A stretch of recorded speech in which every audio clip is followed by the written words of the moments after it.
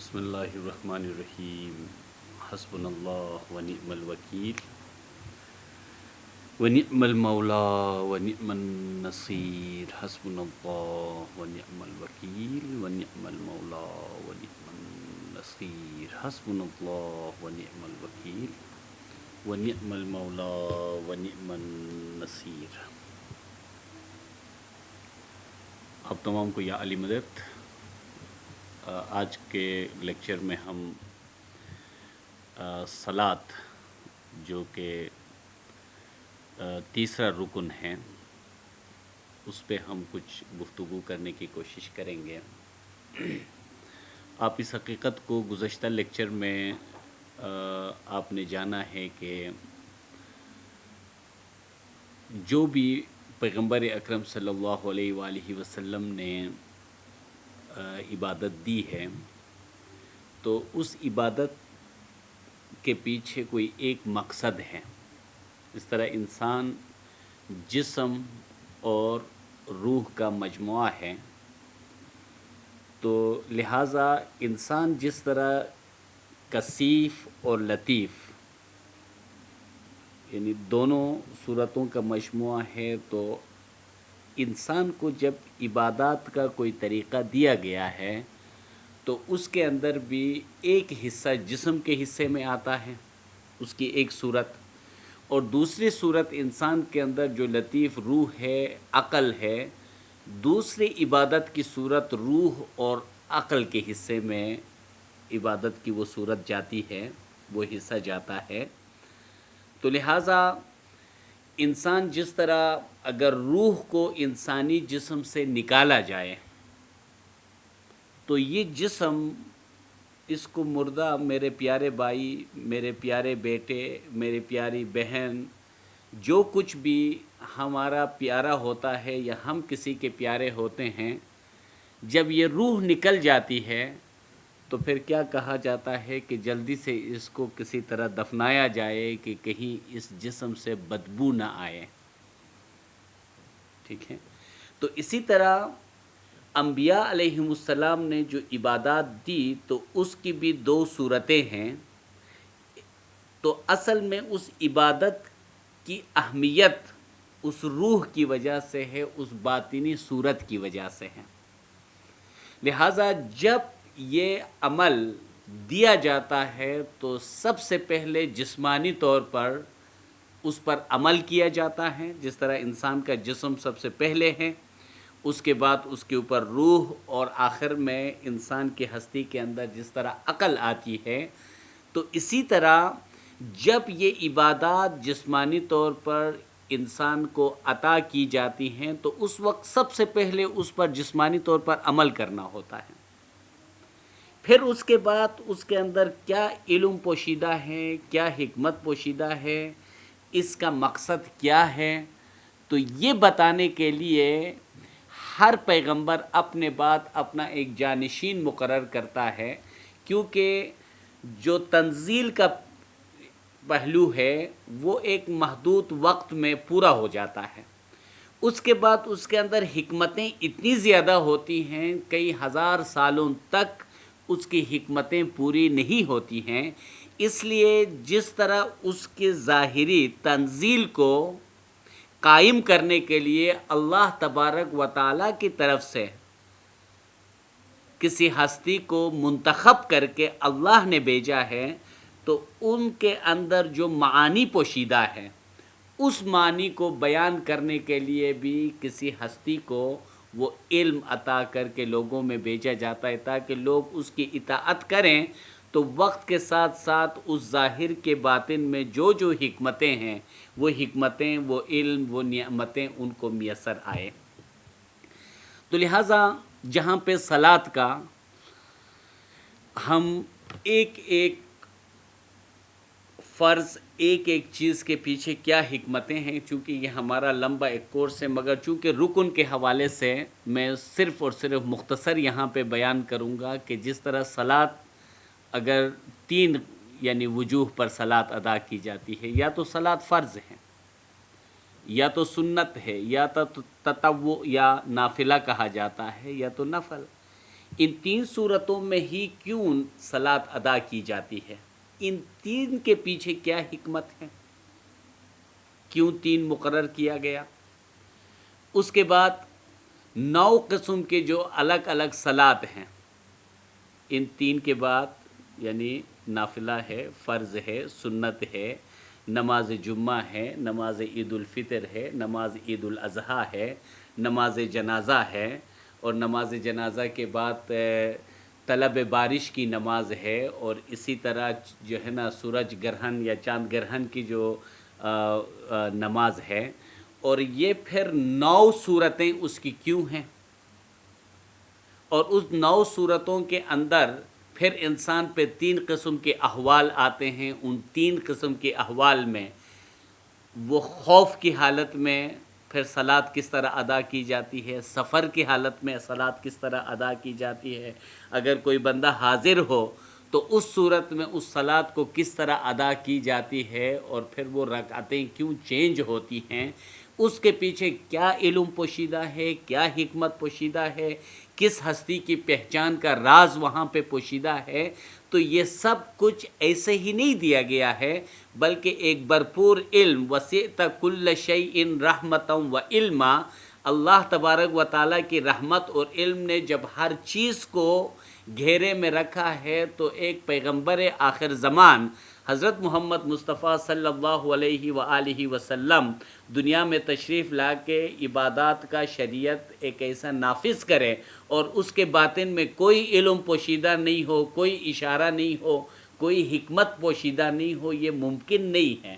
لہٰذا ان عبادات کے اندر کس طرح قیامت تک آنے والے تمام ادوار کو پیغمبر اکرم صلی اللہ علیہ وآلہ وسلم نے اس علم کو ایک جسمانی صورت دے کر لوگوں کے سامنے رکھا، کہ تاکہ اس کے بعد اس کے تعویل کے مالک کی پیروی کرتے ہوئے قیامت تک آپ ان نعمتوں سے آپ حظ اٹھاتے رہیں.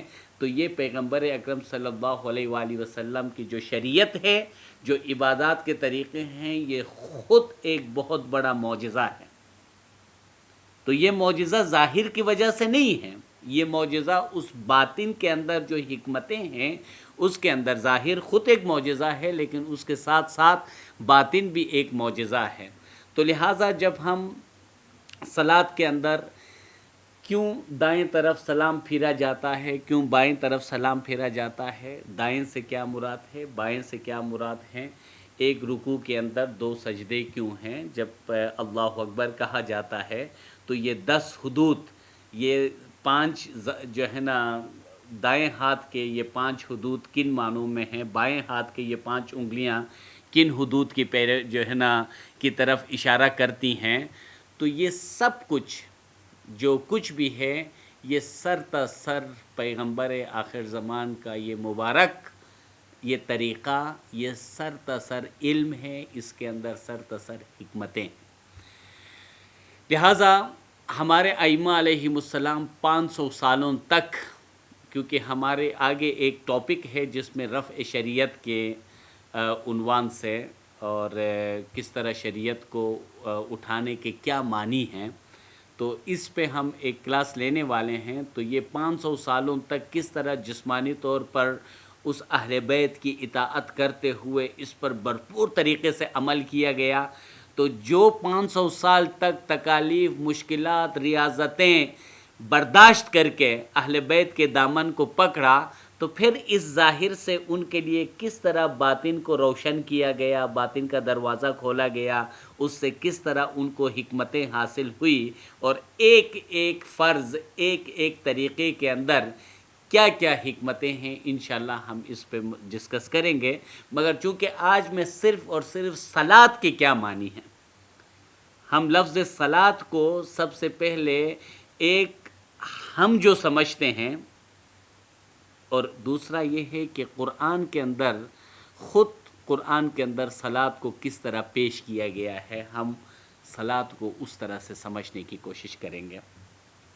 جب ہم قرآن مجید کی طرف رجوع کرتے ہیں، آپ کو پتہ ہے کہ جو صلاۃ ہے مختلف الفاظ میں، تو صلوات، صلاۃ، صل، یہ ایک ہی معنی ہے.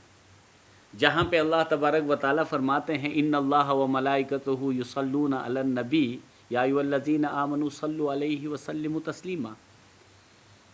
تو یہاں پہ ہمیں جب حکم دیا جاتا ہے تو ہم کیا پڑھتے ہیں؟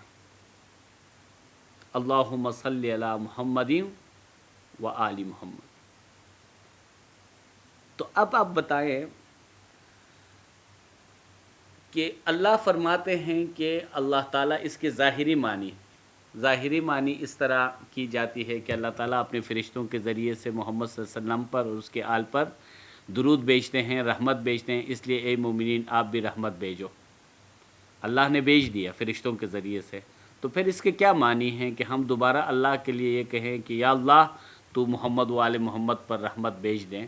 تو اللہ تعالیٰ فرمائیں گے کہ میں نے تو بھیج دیا ہے اپنے فرشتوں کے ذریعے سے. تو اب اللہ تعالیٰ کی وہ صلات یا صلوات کیا ہیں، فرشتوں کی صلوات کیا ہیں اور مومنین کی صلوات کیا ہیں، یہ ظاہری طور پر یہ سمجھ میں نہیں آتا ہے. البتہ یہاں پہ جہاں پہ صلوات ہے، صلات ہے، صلات کے معنی کیا ہیں؟ جب آپ گھوڑوں کے ریس میں آپ نے دیکھا ہوگا کہ ایک آگے جب گھوڑے ایک دوسرے کے پیچھے دوڑتے ہیں، پیچھے جو گھوڑا ہے اس کو مسلی، آگے جو گھوڑا ہے وہ سابق، اس کو سابق کہا جاتا ہے. صلوات کے معنی یہ ہیں کہ آگے چلنے والا جو شخص ہے، جو سابق ہے، جو رہبر ہے، ادھر ادھر دیکھے بغیر بالکل اس کے پیچھے پیچھے چلنے کا نام صلات ہے. یعنی اگر آپ نے ادھر ادھر دیکھ لیا تو وہ صلات نہیں ہے. گویا کہ صلات، کیونکہ آپ قرآن میں دیکھیں بنی اسرائیل موسیٰ علیہ السلام کے قوم کے لیے بھی صلات ہیں، ان کے لیے بھی زکوٰۃ ہیں، ان گزشتہ زمانے کے لوگوں کے لیے بھی صوم ہیں. تو اس زمانے میں صلات کیا یہی صلات کا جو طریقہ دیا گیا ہے، اگر صلات کو آپ کوئی مخصوص طریقے میں باؤنڈ کریں گے کہ یہ چیزیں صلات ہیں تو پھر بہت مشکل ہوگا. تو وہ صلات کیوں ہیں؟ وہ بالکل صلات ہے. جو کچھ رسول کریم صلی اللہ علیہ وآلہ وسلم نے فرمایا تو ہمارے عقیدے کے مطابق وہ عبادات کا طریقہ صلات نہیں ہے، وہ پیغمبر اکرم صلی اللہ علیہ وآلہ وسلم کی اس پیروی پہ آمنا و صدقنا کہہ کر جو کچھ فرمایا اس کام کو کرنے کا نام صلات ہے. اگر پیغمبر اکرم صلی اللہ علیہ وآلہ وسلم کچھ اور فرماتے تو وہ صلات ہوتی، پھر پیغمبر اکرم صلی اللہ علیہ وآلہ وسلم کچھ اور فرماتے تو وہ صلات ہوتی. تو اسی طرح پیغمبر اکرم صلی اللہ علیہ وآلہ وسلم نے اگر اپنے بات فرمایا کہ میرے اس لائی ہوئی شریعت اور اس آسمانی کتاب کے اندر جتنی بھی حکمتیں ہیں، جو کچھ تعویل ہے، تو یہ تعویل بیان کرنے والی ہستی مولا مرتضیٰ علی علیہ السلام ہیں، تو پھر اس فرمان پر عمل کرتے ہوئے علی علیہ السلام کے دامن کو پکڑنے کا نام صلات ہے. کیونکہ یہ تابعداری اور اس پیروی اور جو سابق حکم کرے اس حکم کے پیچھے پیچھے چلنے کا نام صلات ہے. تو اب ہم قرآن کے اندر میں سب سے پہلے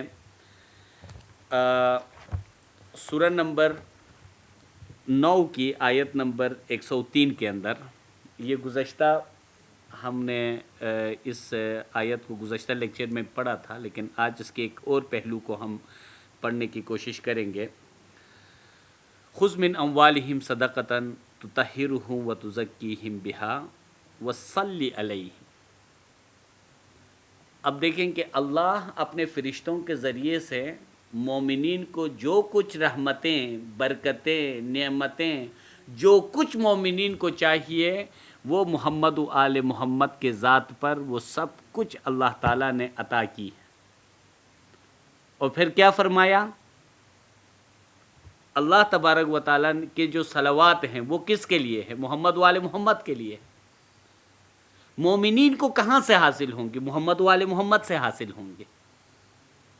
تو یہاں پہ فرمایا گیا کہ اب محمد وال محمد کے لیے کیا فرمایا گیا؟ رسول صلی اللہ علیہ وسلم کے لیے کیا حکم کہ آپ ان کے مال میں سے صدقہ لے لیجئے، اس کے بدلے آپ ان کو پاک کیجئے۔ وصلی علیہم، جو صلوات اوپر سے آئے تھے، وصلی علیہم، آپ وہ صلوات ان کو دے دیجئے،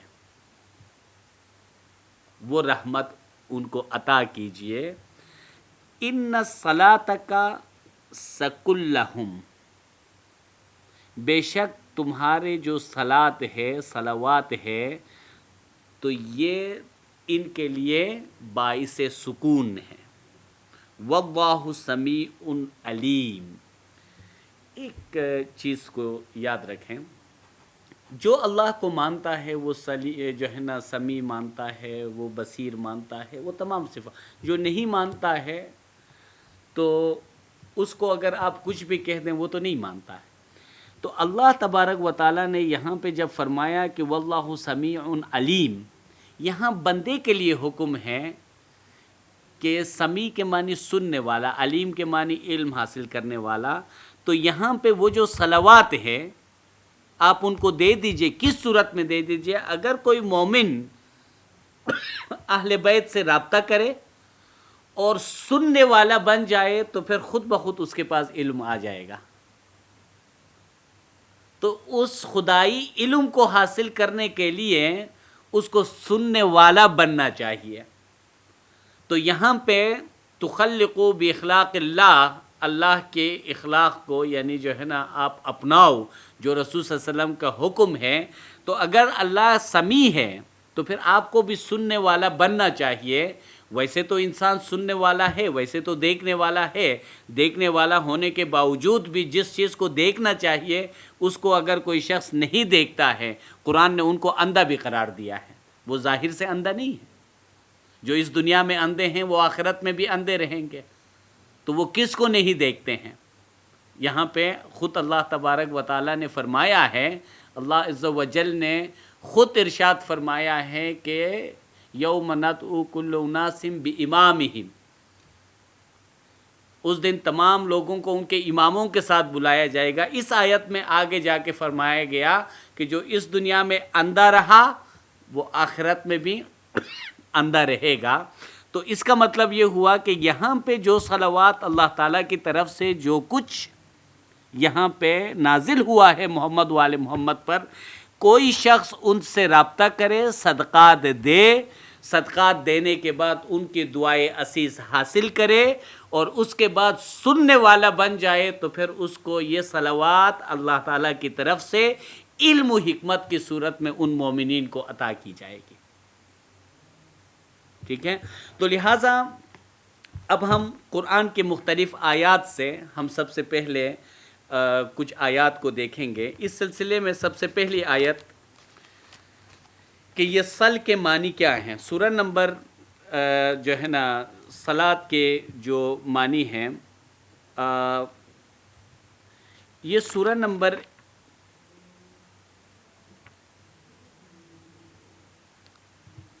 107 ہے۔ اس کے اندر اللہ تبارک و تعالیٰ فرماتے ہیں ارائیت الذی یکذب بالدین فذلک الذی یدعو الیتیم ولا یحض علی طعام المسکین فویل للمصلین۔ اچھا، مصلین کسے کہتے ہیں؟ مصلین صلاۃ ادا کرنے والوں کو۔ یا کوئی شخص صلاۃ ادا کرنے والا ہوگا یا ادا کرنے والا نہیں ہوگا۔ جو نہیں ہوگا اس کو غافل کہا جائے گا، جو صلاۃ ادا کرنے والا ہوگا اس کو جو ہے نا مصلین کہا جائے گا۔ لیکن یہاں اللہ تبارک و تعالیٰ فرماتے ہیں کہ فویلن، ہلاکت ہے، للمصلین، ان نمازیوں کے لیے، للمصلین الذین ہم عن صلاتہم ساہون، جو اپنی نماز سے غافل ہیں۔ اگر نماز سے غافل ہیں تو مصلین کیسے ہیں؟ اگر مصلین ہے تو وہ غافل نہیں ہو سکتے ہیں۔ تو اس کا مطلب یہ ہوا کہ ایک صلاۃ، وہ صلاۃ تو ادا کر رہے ہیں لیکن اس صلاۃ کے باطن کے اندر جو حکمتیں ہیں، جو راز ہیں، جو اللہ تبارک و تعالیٰ کے اشارات ہیں، پیغمبر آخر زمان نے جن مجرد اسرار کو تمثیلات اور تشبیہات کی صورت میں لوگوں کے سامنے رکھا، اس کو تو ادا کر رہے ہیں، مسلین تو ویسے ہیں، لیکن ان کی حکمتوں سے جو غافل ہیں، ان صلات کے اندر کس مقام تک پہنچنے کے لیے اشارہ تھا، اس سے غافل ہونے کی وجہ سے اللہ تعالیٰ نے فرمایا کہ تو یہ ہلاکت ہے۔ کیونکہ اگر آپ کو پتہ ہے کہ ایک مقام پہ زندگی ہے، مثلا قرآن میں ہے کل شیء ہالک الا وجہہ، ایک طرف اللہ نے اپنے چہرے کا ذکر کیا، ایک طرف ہلاکت کا ذکر کیا، ٹھیک ہے؟ تو اس کا مطلب یہ ہوا کہ جب تک ایک مقام ہے جہاں پہ جا کر کوئی شخص ہلاکت سے بچ سکتا ہے، اگر آپ اس مقام تک نہیں پہنچتے ہو تو پھر ہلاکت ہے، وہاں پہنچتے ہو تو ہلاکت سے آپ بچ جاتے ہو۔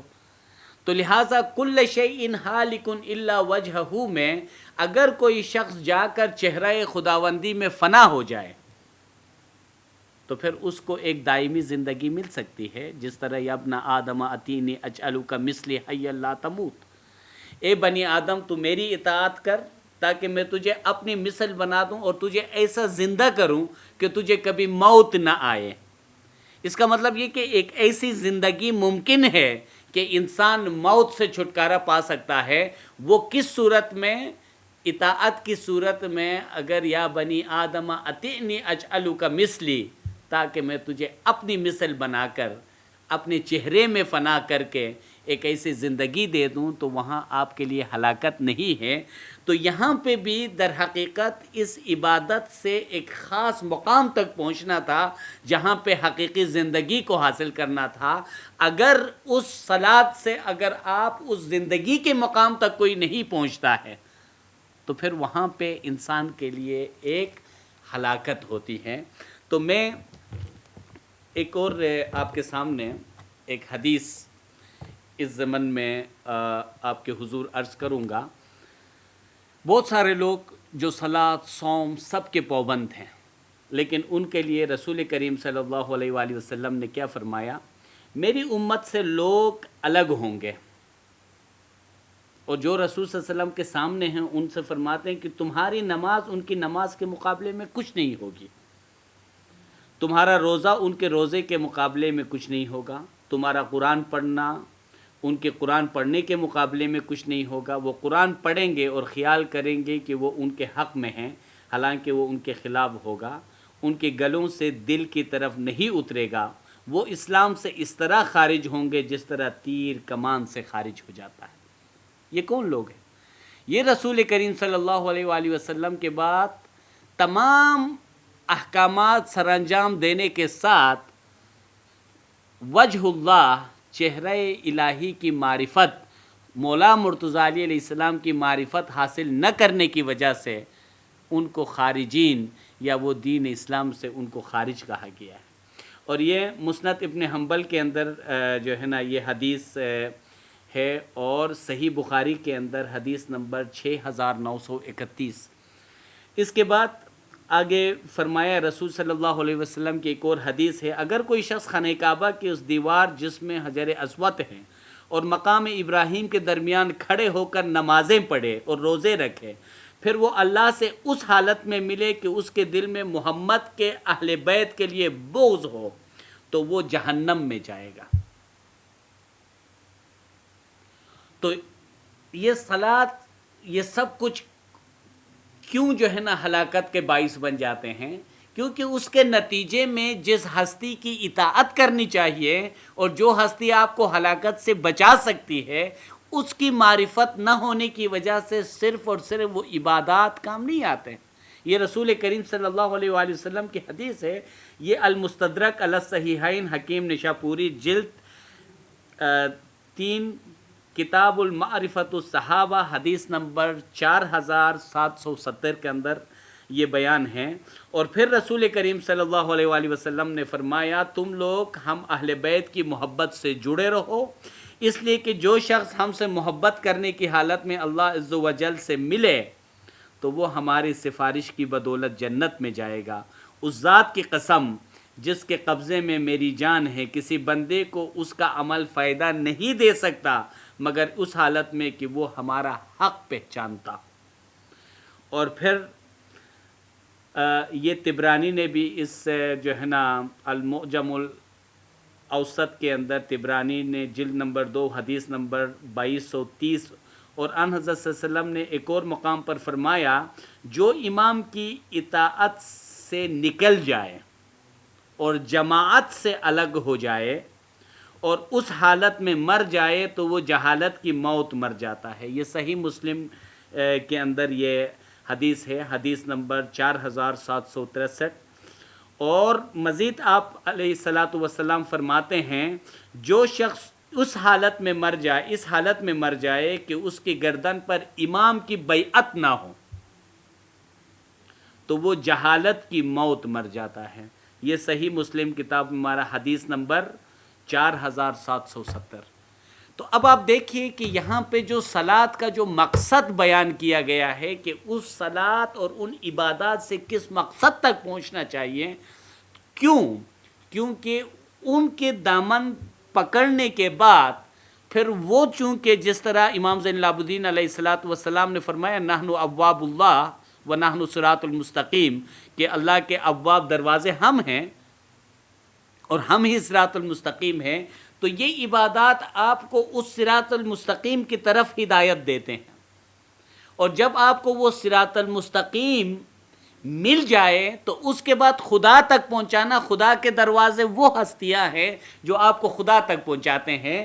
تو لہٰذا یہ عبادات کوئی اگر یہ کہے کہ رسول صلی اللہ علیہ وسلم نے جو عبادات لائے اس کی کوئی اہمیت نہیں ہے، نہیں، یہ عبادات آپ کو اس ہستی تک پہنچانے کے لیے اشارے ہیں، اس ہستی تک پہنچانے کے لیے اس کے اندر راز ہیں کہ جو ہستی آپ کو خدا تک پہنچانے والی ہے۔